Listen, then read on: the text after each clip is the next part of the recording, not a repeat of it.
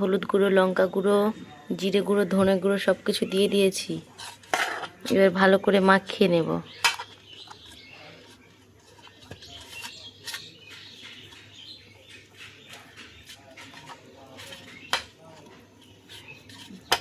ভালো করে মাখানো হয়ে গেছে। এবার আমি কড়াইয়ে তেল দিয়ে দিয়েছি আগে থেকেই গরম করার জন্যে। এবার আমি মাছটাকে ভেজে নেব।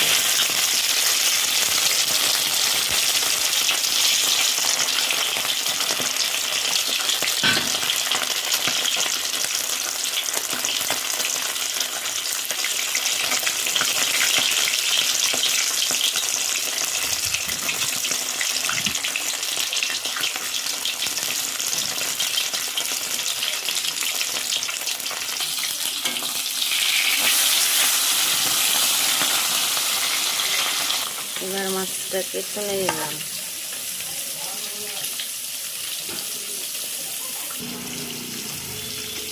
এবার খেয়ে বলবো কেমন টেস্টি হয়েছে।